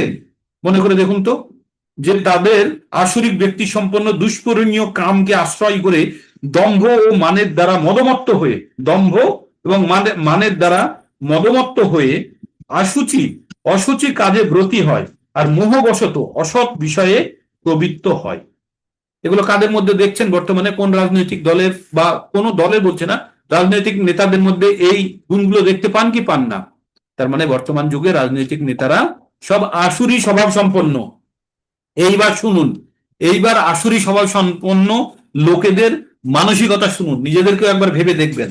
চিন্তাম অপরিমেয়ং চ প্রলয়ন্তাম উপাশ্রিতাঃ কাম ভোগ পরমা এতাবদিতি নিশ্চিতাঃ আশা পাশ শতৈ বুদ্ধা কাম ক্রোধ পরায়ণাঃ ইহন্তে কাম ভোগার্থম অন্যায়েন অর্থ সঞ্চয়ন। কিছু বুঝতে পারলেন? একটা জায়গা বলেছে অন্যায়েন অর্থ সঞ্চয়ন, পার্থ অপার নামে টাকা জমিয়েছে। কি বলছে এখানে? চিন্তাম অপরিমেয়ং চ প্রলয়ন্তম উপাশ্রিতা, মানে মৃত্যুর আগে পর্যন্ত ভাবছে যে আমার মধ্যে পটেনশিয়াল আছে, টাকা ইনকাম করি। আর কি কাম ও ভোগ ও পরিমা এটা বিহি নিশ্চিতা, আর এই টাকা ইনকাম করে অনেক ভোগ করব, অনেক ভোগ করার ইচ্ছা। আশা পাশে শতৈবদ্ধ, হাজার জাল এসে জড়িয়ে গেছে, আশার জাল, এই করব সেই করব, মানে মরে যাওয়ার খাটে উঠবে, কিন্তু তার যেন কোনো চিন্তা শেষ হচ্ছে না। আশা পাশে শতৈবদ্ধ কাম ও ক্রোধ পরায়ণা, কামকে পূরণ করার জন্য, আর কারোর প্রতি যদি রাগ থাকে সেই রাগকে, ক্রোধ, সেটাকে মেটাতে হবে। মমতা ব্যানার্জির অবস্থা দেখুন, 70 বছর বয়স হয়ে গেছে, এখনো আমি লড়ে যাব, মানে এগুলো যে এই যে অ্যাগ্রেসিভ অ্যাটিটিউড, এগুলো কোথায় থেকে? এগুলো সব আসুরি স্বভাব। হ্যাঁ, আশা পাশ শতৈবদ্ধ কাম ক্রোধ পরায়ণা ইহন্তে কাম ভোগার্থন। আর এখানে কি করছে? কাম ভোগ করার জন্য তো পয়সা প্রয়োজন। কি করছে? অন্যায়ন অর্থ সঞ্চয়ন, মানে অন্যায় করে টাকা সঞ্চয় করছে। ঠিক তো, খুব মানে একদম রাজনৈতিক নেতাদেরকে উদ্দেশ্য করে শ্লোকটা লেখা হয়েছিল মনে হচ্ছে, না 5000 বছর আগে। অপরিসীম দেখুন এবার শুনুন, অপরিসীম দুশ্চিন্তার আশ্রয় গ্রহণ করে মৃত্যুকাল পর্যন্ত ইন্দ্রিয় সুখ ভোগী তারা জীবনের চরম লক্ষ্য বলে মনে করে। শুনছেন কথাটি? অপরিসীম দুশ্চিন্তার আশ্রয় গ্রহণ করে মৃত্যুকাল পর্যন্ত, মরা পর্যন্ত ইন্দ্রিয় সুখ ভোগকেই তারা জীবনের চরম উদ্দেশ্য বলে মনে করে। এইভাবে শত শত আশা পাশে তারা আবদ্ধ, আশার জালে তারা আবদ্ধ হয়ে যায়। কাম ক্রোধ পরায়ণ হয়ে তারা কাম উপভোগের জন্য অসৎ উপায়েও অর্থ সঞ্চয়ের চেষ্টা করে। এখানে এওটা বলেনি, আমি বললাম, কিন্তু এখানে অসৎ উপায়ে, মানে এক্স্যাক্টলি বলছে অসৎ উপায়েই তারা অর্থ সঞ্চয়ের চেষ্টা করে। এটা হচ্ছে আসুরি প্রকৃতি লোকেদের স্বভাব। মানে বুঝতে পারছেন কেমন ভাবে এই গ্রন্থটি লেখা হয়েছে, আর এখন লোকেদের মধ্যে এই গুণগুলো কিভাবে দেখতে পাচ্ছেন? আপনারা দেখতে পাচ্ছেন তো নাকি? এই গুণগুলো দেখা যাচ্ছে। চিন্তাম অপরিমেয়ং চ প্রলয়ন্তম উপাশ্রিতাঃ কাম উপভোগ পরমা এতাবদিতি নিশ্চিতাঃ আশাপাশ শতৈবদ্ধ কাম ক্রোধ পরায়ণা ইহন্তে কাম ভোগার্থম অন্যায়েন অর্থ সঞ্চয়ন। বোঝা গেল? বোঝা গেল? এইবার আসুরি স্বভাব লোকেরা কি ভাবে? ইদমদ্যময়ালব্ধ মিমম প্রাপ্যে মনোরথম ইদমস্তি ইদমস্তি দমাপি মে ভবিষ্যতি পুনর্ধনম অসো ময়া হত শত্রু অসময়া হত শত্রুর হন্নিশে চা পরানপি ঈশ্বরহম ভোগী সিদ্ধ অহং বলবান সুখী। ঈশ্বরহম অহম ভোগী সিদ্ধ অহং বলবান সুখী। কি বলছে? ঈশ্বরহম, আমি ঈশ্বর, আমি ভোগী, আমি সিদ্ধ, আমি বলবান, আমি সুখী। অড্ড ভি জনবানস্মি কোহ ন হস্তি সদৃশময়া, মানে আমি খুব অভিজাত লোকেদের দ্বারা আমি পরিবেষ্টিত, আমার মতো কেউ আর উচ্চ বংশের কেউ নেই। হ্যাঁ, যক্ষে যক্ষে দাস্যামি মোদিশ ইত্যজ্ঞানং বিমোহিতা। বলছে আমি যজ্ঞ করব, আমি দান করব, আমি আমি মদান্বিত হয়ে আমি দান করব, আমি যজ্ঞ করব, আমার মতো এরকম ভাবে মানে নিজের অহংকারে সে মদান্বিত হয়ে সেই কথাগুলো মোহিত হয়ে বলছে। অনেক চিত্ত বিভ্রান্তা মোহ জাল সমাবৃতা প্রসক্তা কাম ভোগেশু পতন্তে নরকে অসুচ। কি বললে শেষে? বলে পতন্তি নরকে অসুচ, এই অসুচ নরকে পতিত হবে তারা। কি বলছে?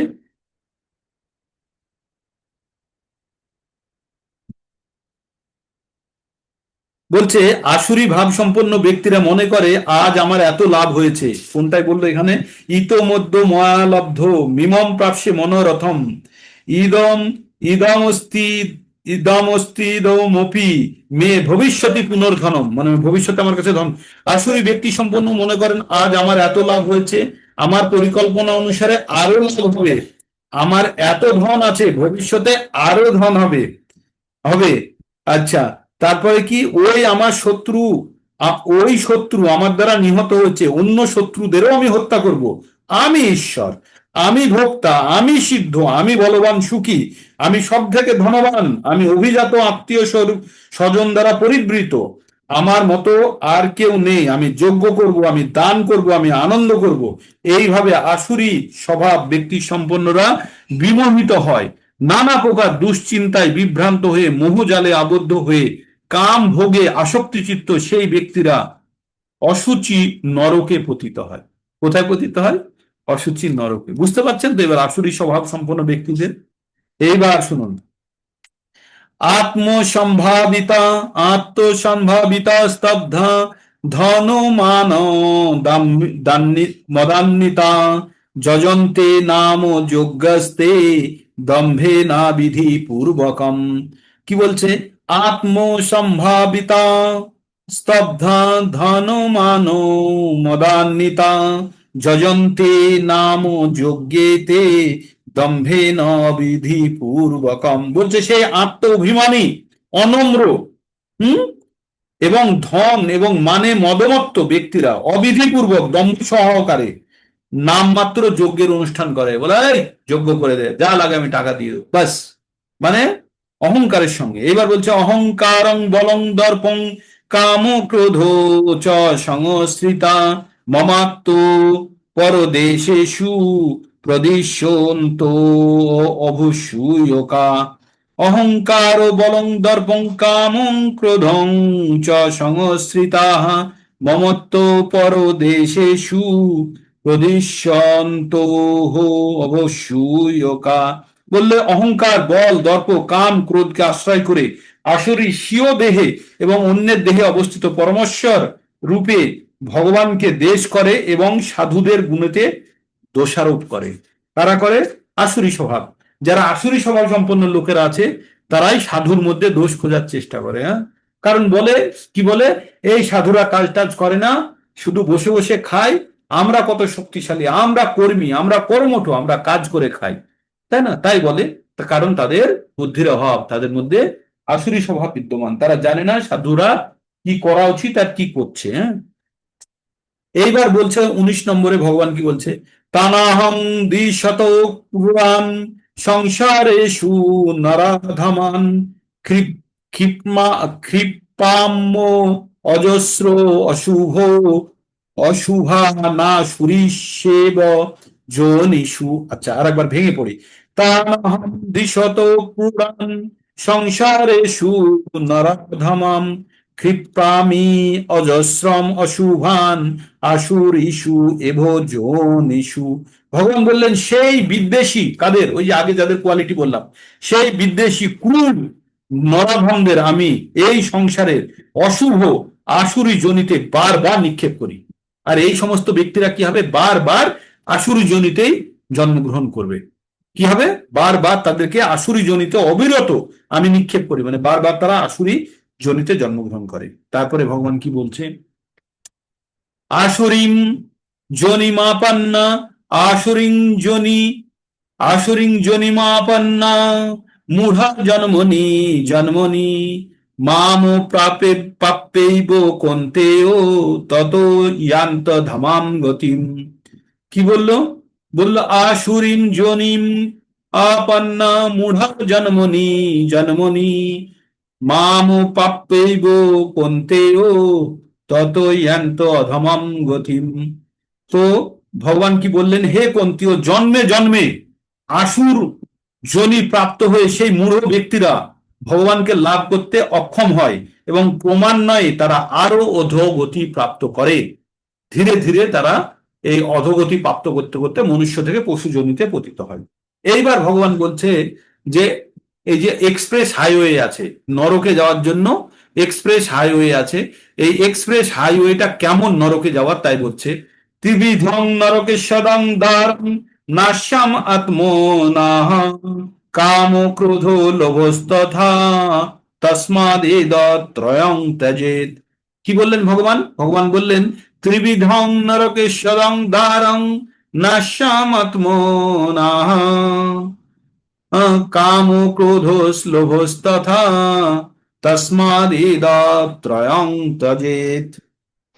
কি বললেন? ভগবান বললেন নরকের তিনটে দ্বার আছে নরকে যাওয়ার জন্য, একদম এক্সপ্রেস হাইওয়ে, কোনো ব্রেক নেই, কোনো টোল নেই, কিচ্ছু নেই, সোজা নরকে চলে যাচ্ছে রাস্তাগুলো। কি কি রাস্তাগুলো? একটা হচ্ছে কাম, একটা হচ্ছে ক্রোধ, আর একটা হচ্ছে লোভ। এই তিনটে দ্বারা, তিনটে এক্সপ্রেস হাইওয়ে। এই এই কামের পুরে গাড়ি চালালেও নরকে গিয়ে ল্যান্ড করবে, একদম সোজা পৌঁছে যাবে। আর লোভের রাস্তা দিয়েও গাড়ি চালালেও গিয়ে সোজা নরকে। আর যদি ক্রোধের রাস্তা দিয়ে গাড়ি চালায়, তার মানে এই তিনটে এক্সপ্রেস ওয়েতে যে কোনো একটাতে যদি আপনি উঠে গেছেন, তাহলে শেষে ওটা গিয়ে একদম নরকে পৌঁছবে। কোনো বাম্পার নেই, কোনো ডাইভারশন নেই, কিচ্ছু নেই, সোজা ওখানে গিয়ে পৌঁছবেন। তাই বলছে ত্রিবিধং নরকেশ্বরং দ্বারং নাশ্যাম আত্মনাহ কামঃ ক্রোধস লোভস্তথা কাম ক্রোধস্তথা লোভস তস্মাদিদত্রয়ং ত্যজেৎ। তাই এই তিনটে, কাম ক্রোধ লোভ, এই তিনটে নরকের দ্বার। তাই মানুষের অবিলম্বে এই তিনটেকে ত্যাগ করা উচিত। তাই বলছে কাম ক্রোধ লোভ এই তিনটে নরকের দ্বার, অত এই তিনটেকে পরিত্যাগ করবে, কারণ আত্মার অধোগতি করে, আত্মার অধোগতি করে। আত্মা কখনো আত্মা যেমন ছিল পরিশুদ্ধই থাকে, কিন্তু আত্মার যে কভারটা হয়ে যায়, সে কভারটা হয়ে যায় খারাপ। আত্মার যে বস্ত্রটা, আত্মার যে পোশাকটা, মানে এই যে শরীর যেটা প্রাপ্ত করে, সেটা অধোগতিতে, অধো জীবনের প্রাপ্ত করে। এইবার তাহলে কি করতে হবে? এলো এতই বিমুক্ত কন্তে তমোদার তিভির নরম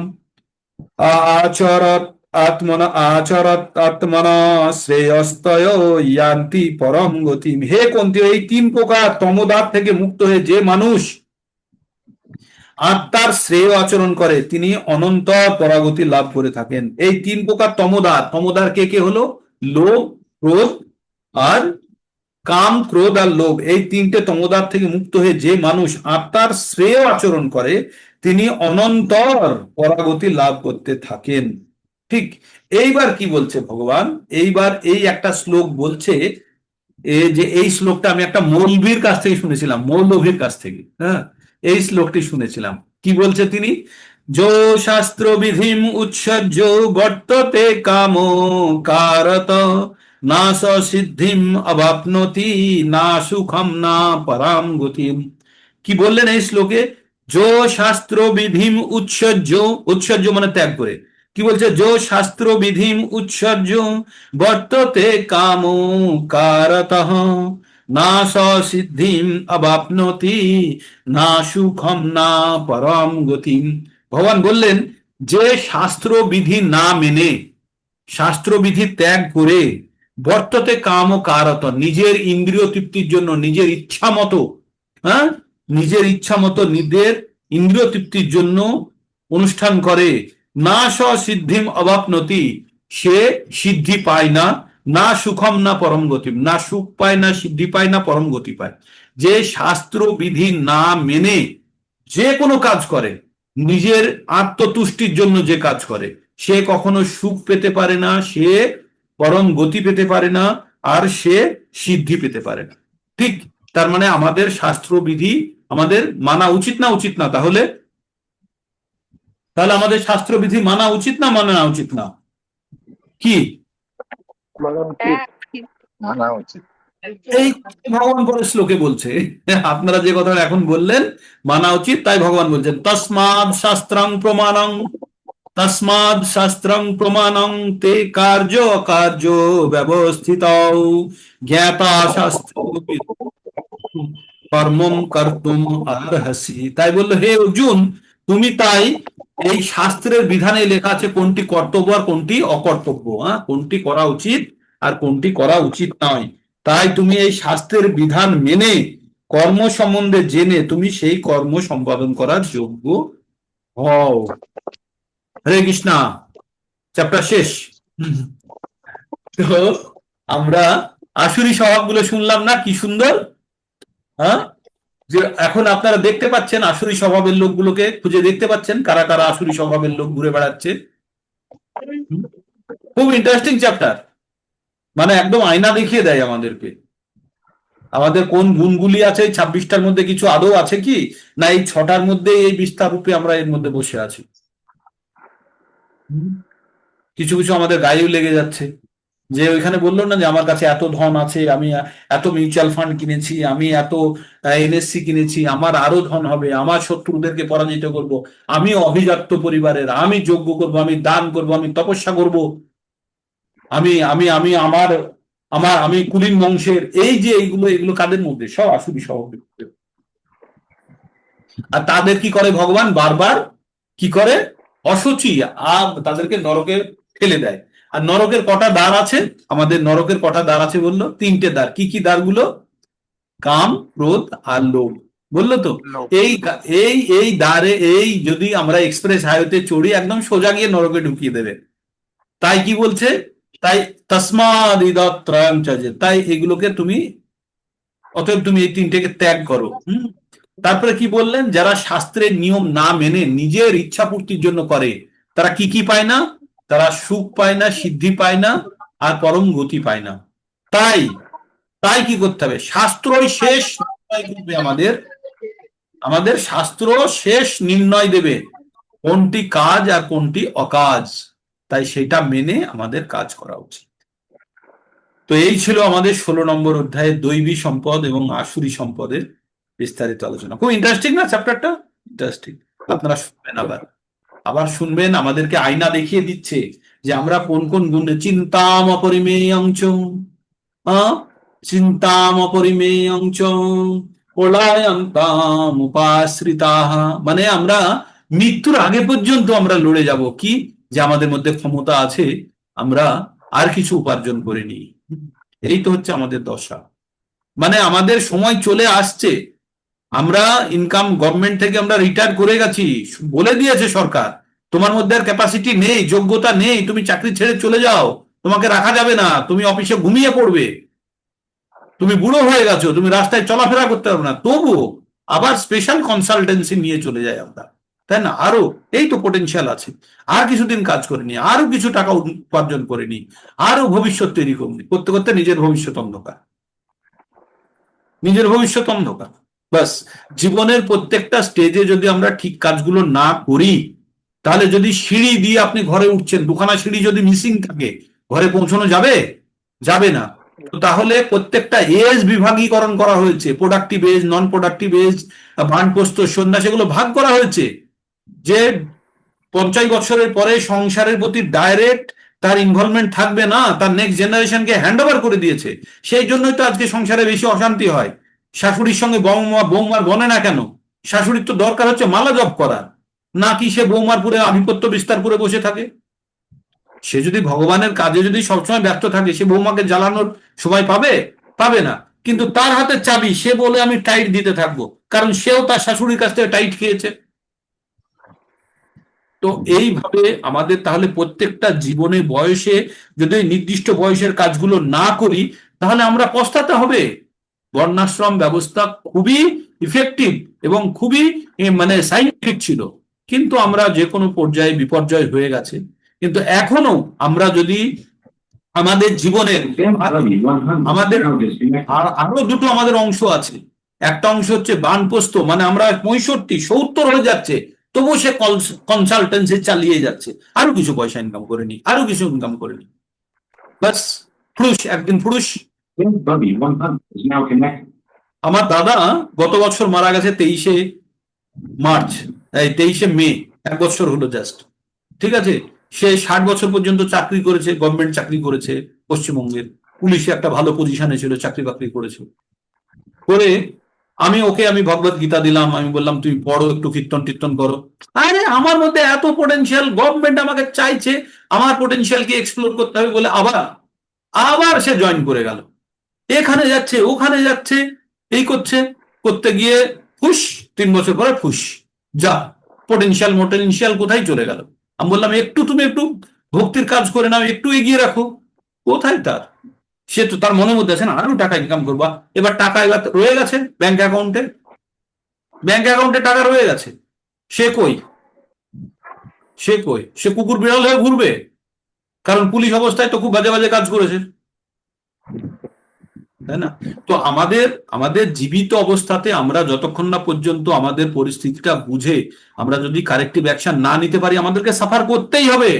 আর আমাদের কষ্টের মূল কারণ কি? আমরা 14 নম্বরে কি পড়লাম? 13তে, হ্যাঁ, কার্য কারণে কর্তৃত্বে হেতুর প্রকৃতির উচ্চতে পুরুষং সুখ দুঃখ নাম হেতুর উচ্চতে। প্রকৃতিতেই সবকিছু আছে, ভালো মন্দ, এবার আমি কোনটা বেছে নিচ্ছি সেই অনুযায়ী আমি কষ্ট পাচ্ছি বা আমি সুখ ভোগ করছি, তাই না? এটা আমার চয়েস। তো আমরা কবে বুদ্ধিমান হব? আমরা কবে আমাদের নিজেদের জীবনের প্রকৃত দিশাতে দেব?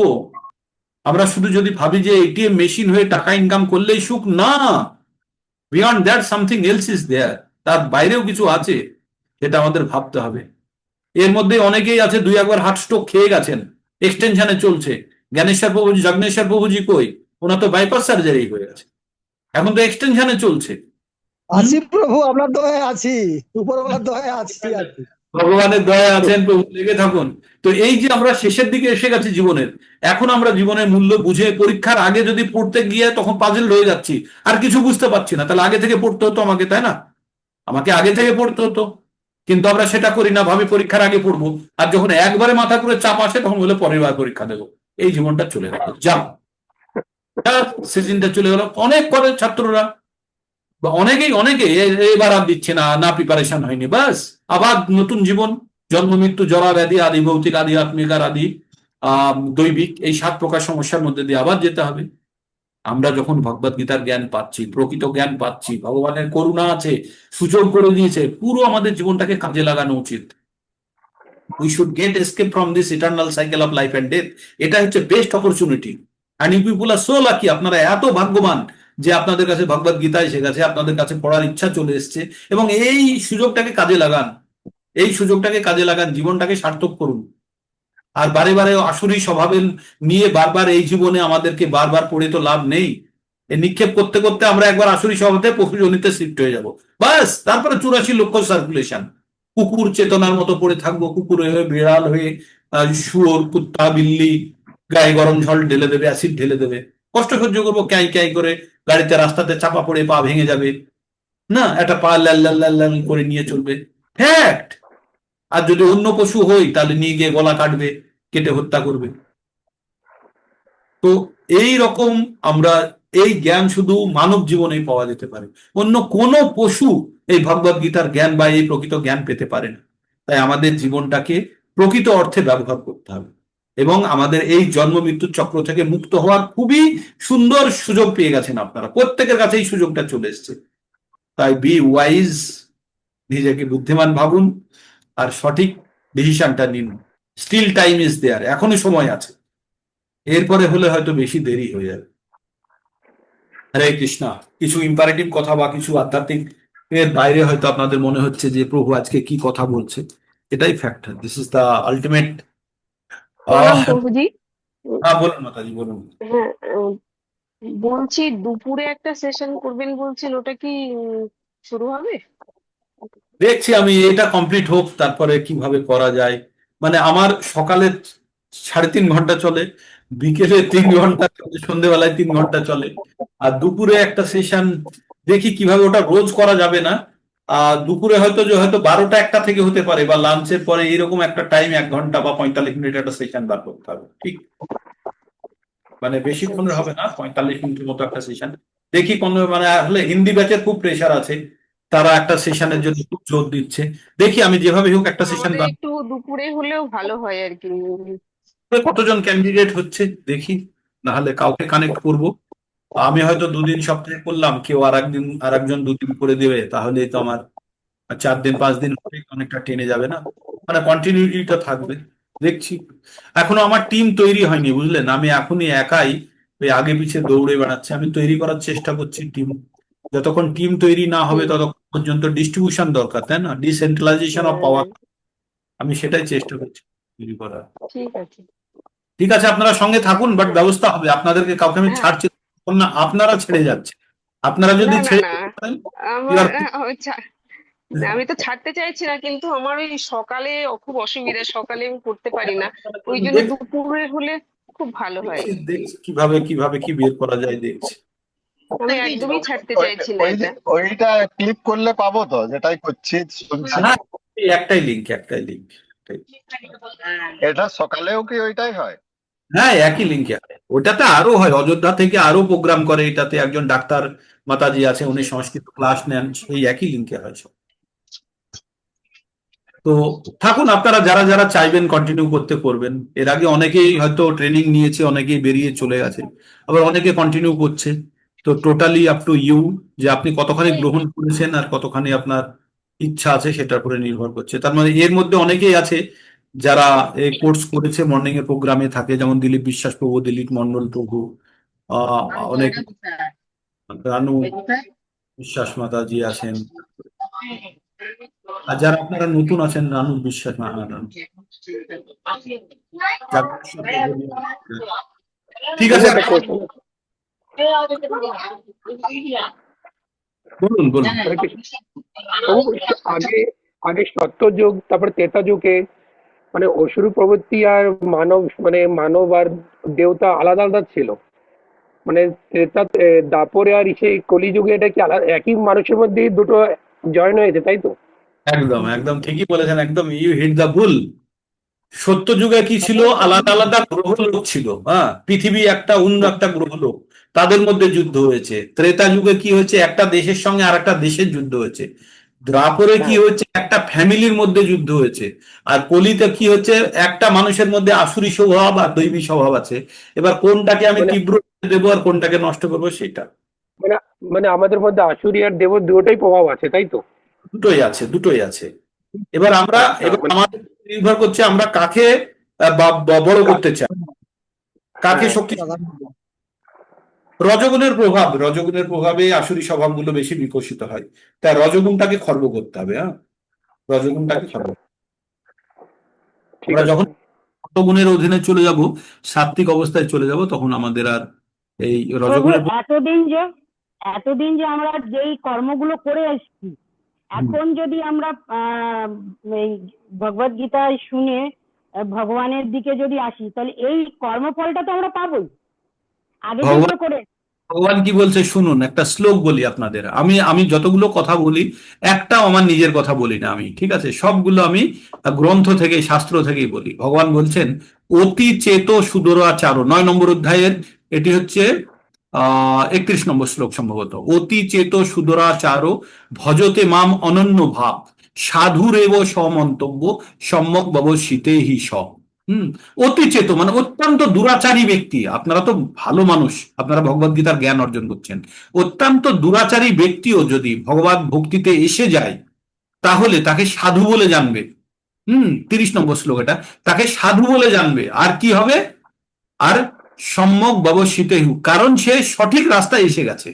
তাদের দশা পরবর্তীতে কি হয় জানেন?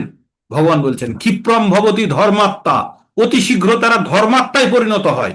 ধর্মাত্মা বলে তাদেরকে, অতি শীঘ্র তারা ধর্মাত্মা, ক্ষিপ্রম ভবতি ধর্মাত্মা শাশ্বত শান্তি নিগচ্ছতি, তারা চির শান্তিপূর্ণ স্থায়ী জায়গা পেয়ে যাবে। আর কি হবে? কোনতে অপতি জানি হে অর্জুন, তুমি চিল্লে চিল্লে বলো, হ্যাঁ কি বলো? যে নামে ভক্তাপনশ্যতি, আমার যদি একদিনও কেউ ভক্তি করে থেকেছে তার পতন নেই। তাই ভগবান কি বলছে? নেহাভি ক্রমণা স্বস্তি প্রত্যাবায়না বিদ্যাতে স্বল্পমবশ্য ধর্মস্য ত্রয়াতে মহাত ভয়াত। আপনি ভুলে যান পুরনো কাহিনী। একদিনও যদি কেউ ভক্তি করে থাকে ভগবানের, একদিনও এক মুহূর্ত, তাহলেও সেটা কখনো নাশ হবে না, আর তাকে পরম ভয় থেকে তাকে বাঁচাবে। পরম ভয় কি? আমাদের মৃত্যু ভয়। আর মৃত্যু ভয় থেকে কে বাঁচাবে? আমাদের অজ্ঞানতা যদি দূর হয়ে যায় তাহলে মৃত্যু ভয় আমাদের কাছে ভয় নয়, তাই না? আমরা যদি জানি এই বাস থেকে নেমে কোন বাসে উঠবো, তাহলে আমাদের কি ভয় থাকবে? কিন্তু যারা বাস থেকে নেমে তারা জানে না কিছু, কি বাসে চড়বো না, ট্রেকারে চড়বো না, ঈশ্বর, তাদের ভয় থাকবে। কিন্তু আমরা যদি আমাদের ভবিষ্যৎ জেনে যাই তাহলে আমাদের ভয় কিসের? তাই ভগবান বলছে যদি কেউ ভক্তির পথে চলে এসেছে, তার ইতিহাস যাই হোক না কেন, কিচ্ছুতে কিছু যায় আসে না, সব এক সেকেন্ডের মধ্যে ধুয়ে চলে যাবে। ভগবান বলেছেন সর্বধর্মান পরিত্যাজ্য মাম একম শরণম ব্রজ অহম ত্বম সর্ব পাপে ভো মুক্ষয়িষ্যামি মা শুচ। তোমার সমস্ত প্রকারের পাপ এক সেকেন্ডে আমি সব ডিলিট করে দেবো, এক সেকেন্ডে। তো ভগবানের প্রতি আমাদের সমর্পণ লাগবে। তো যদি সমর্পণ হয়, কোনো দোষ নেই, কোনো, এখন যত যাই হয়েছে, আমরা যাই অন্যায় দোষ যা করেছি সব ধুয়ে মুছে এক হয়ে যাবে, চিন্তার কোনো কারণ নেই, ঠিক আছে? কিন্তু এখন বলুন। সন্ন্যাস সন্ন্যাস আর আহ, ব্রহ্মচর্য দুজনের মধ্যে কি অন্তর হচ্ছে? সন্ন্যাস সন্ন্যাসী সবকিছু ত্যাগ করে দিয়েছে, কর্মও ত্যাগ করে দিয়েছে। আর যে গার্হস্থ বা আমরা যারা গৃহস্থ যারা, তারা আমাদের কি বলছে দেখুন, দুটো জিনিস আমাদের বুঝতে হবে, একটা হচ্ছে সন্ন্যাসী আর একটা হচ্ছে ত্যাগী। আমরা 18 নম্বর অধ্যায়ে গিয়ে পড়বো সন্ন্যাসী আর ত্যাগী। সন্ন্যাসী যে কর্মই করে না, সে সবকিছু, আগুনও ত্যাগ করে দিয়েছে, সবকিছু ত্যাগ করে দিয়েছে, সঙ্গ নাশ করে দিয়েছে, তাই সন্ন্যাস। আর যে ত্যাগী সবকিছু করছে কিন্তু ফল ভগবানকে অর্পণ করে দিচ্ছে, ফলের প্রতি তার কোনো আসক্তি নেই। তো আমরা যদি গৃহস্থ, আমরা বাড়িতে থেকে আমরা যদি টোটাল পরিবার যদি ভগবানের নাম করি, গান করি, ভগবানের গুণগান করি, ভগবানের পুজো বিগ্রহ আরাধনা সবকিছু করি, আর সংসার জীবন যাপন করি, এর মধ্যে কোনো কিছু নেই, খুব সুন্দরভাবে তারাও মুক্ত হতে পারে। শুধু আমাদের মানে নিষিদ্ধ কাজগুলো যেন আমরা না করি। নিষিদ্ধ কাজগুলো কি? আমরা আমাদের অ্যাজ পার আওয়ার ফর্মুলা, নিষিদ্ধ কাজগুলি হচ্ছে আমিষ বর্জন, নেশা বর্জন, অবৈধ সম্পর্ক বর্জন, আর লটারি জুয়া ইত্যাদি বর্জন, আর ভগবানের পবিত্র নামে জপ করা, বাস। খুব সিম্পল, খুব সিম্পল। তো সন্ন্যাসী আর ব্রহ্মচর্য একই একই হচ্ছে? ব্রহ্মচর্য এরা থাকে বাড়িতে, এরা এরা প্রথম 25 বছর হচ্ছে ব্রহ্মচর্য মাতাজি, প্রথম 25 বছর। আর সন্ন্যাসী হচ্ছে শেষের 25 বছর জীবনের। আচ্ছা আচ্ছা। মানে যখন সন্ন্যাস মানে গৃহ ত্যাগ করে চলে গেল, আর ব্রহ্মচারী মানে তারা গার্হস্থ জীবনে প্রবেশ করতেও পারে, আবার তারা সন্ন্যাসও নিতে পারে। যেমন মন্দিরে ব্রহ্মচারী গুলো থাকে, তারা গার্হস্থ জীবনে চলে আসতেও পারে, আবার তারা সন্ন্যাস জীবনও নিতে পারে। ঠিক আছে? ঠিক আছে। ঠিক। তাহলে তাহলে এখানেই শেষ করি, আমাদের আবার হ্যাঁ, পরে। অনেক অনেক ধন্যবাদ আপনার জয়েন করার জন্য। Next only 2 days left. হ্যাঁ, অনলি 2 days, 18 দিনের কোর্সের মধ্যে এই আমরা 17 দিন আমরা কানেক্টেড হয়ে আছি, আর মাত্র 2 দিন, তারপরে আপনাদের পরবর্তী দিশা এবং দশা আপনারা বানিয়ে নেবেন, ওয়েদার টু কন্টিনিউ না আপনারা মুক্ত হয়ে যাবেন। অনেককে দেখলাম, রিন্টু মাতাজি বলে একজন জয়েন করতেন, রিন্টু মিত্রা বা এরকম কিছু একজন মাতাজি জয়েন করেছিলেন, তাকে আর দেখতে পাই না। বা রিন্টু দত্ত এরকম কিছু একটা নাম ছিল, একটা মাতাজি জয়েন করেছিল আলাদাভাবে, আর আমাকে কল করেছিল একদিন। ঠিক আছে, তাহলে এখানে বিরাম নিচ্ছি, বন্ধ করছি আজকে রেকর্ডিং। আপনারা শুনুন রেকর্ডিং, আবার নিজেদেরকে আয়নায় দেখুন। আর এটি আরো বিস্তারিত আলোচনা আছে আমাদের ডেইলি সেশনের ক্লাসে, খুব বিস্তারিত আলোচনা আছে, রেকর্ডিংও আছে, প্রচুর প্রচুর রেকর্ডিং আছে, আপনারা শুনতে পারেন।